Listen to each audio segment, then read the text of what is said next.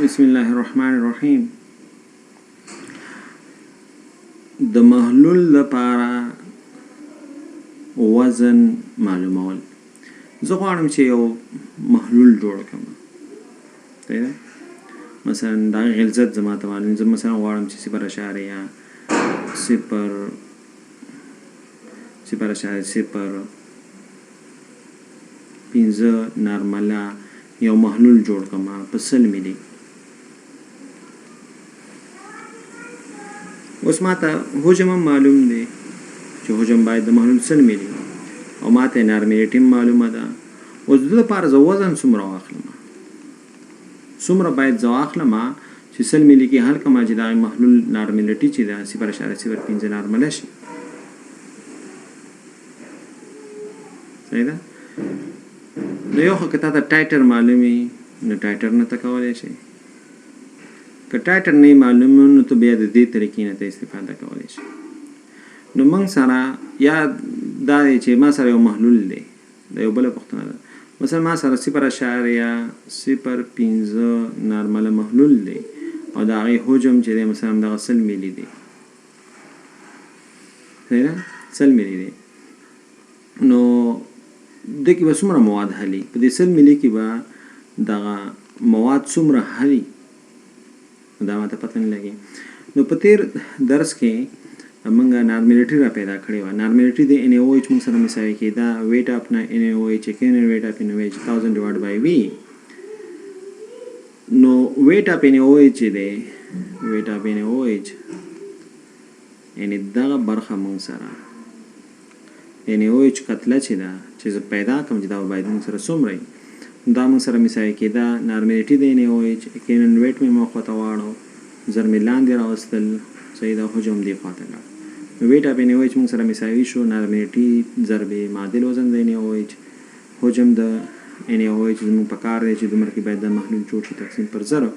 نو موږ سره د نارملیټي چې وه د NaOH 0.0 ده او معادل وزن سوډیم هایدروکساید 40 دا محلول زه غواړم چې 100 ملي کې جوړ کړم تقسیم پر 0.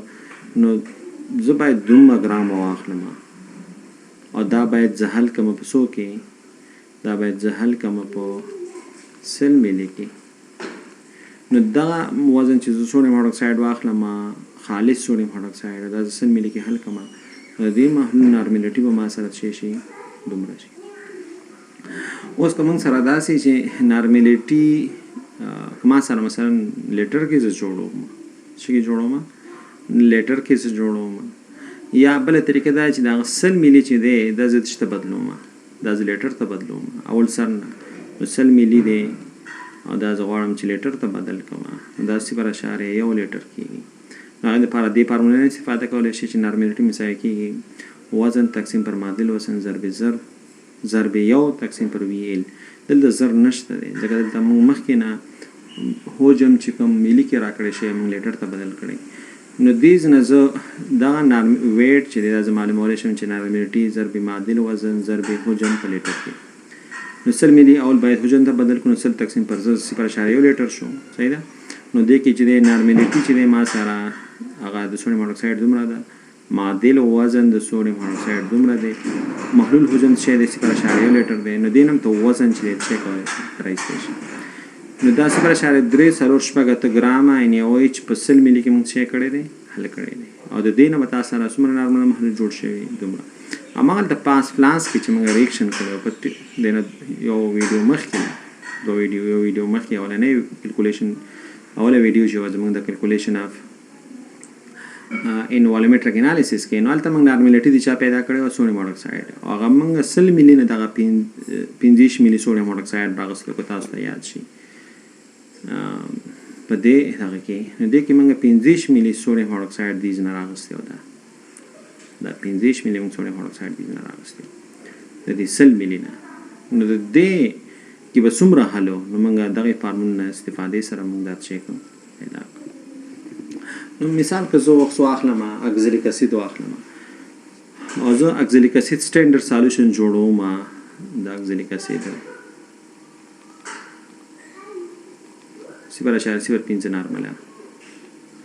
نو ما سره نارملیټي ما سره فارمول شي چې نارملیټي موږ سره مساوي کېږي ویټ equivalent weight 1000 divided by او زه 100 ملي کې جوړوم نو نارملټي موږ سره زه غواړم چې وزن د اکسلیک اسید پیدا کړم د یو بل پوښتنه ده کنه یو د سوډیم هایدروکساید پوښتنه شوې د اکسلیک اسید نو ویټ د اکسلیک اسید چې دا موږ سره مساوي کېږي نارملټي equivalent weight زر تقسیم سل ضرب سل تقسیم پر زر کې جوړوم 100 ملي کې جوړوم نارملټي موږ سره غواړي چې 0.05 موږ جوړو او equivalent weight د اکسلیک اسید د 3 په خواشه دی او ضرب زر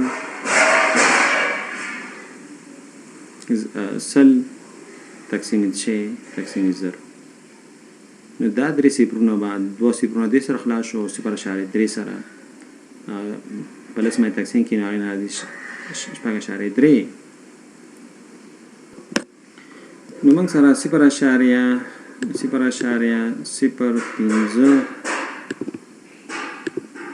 ضرب 0.3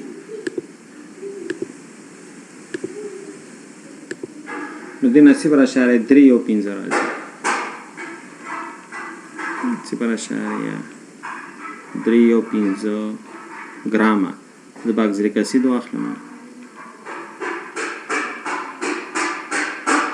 او دا به حل کوم په 100 ملي کې 100 ملي کې او د دې محلول نارملټي به ویت شي 0.05 نارملای 0.05 نارملای بدل شي نارملټي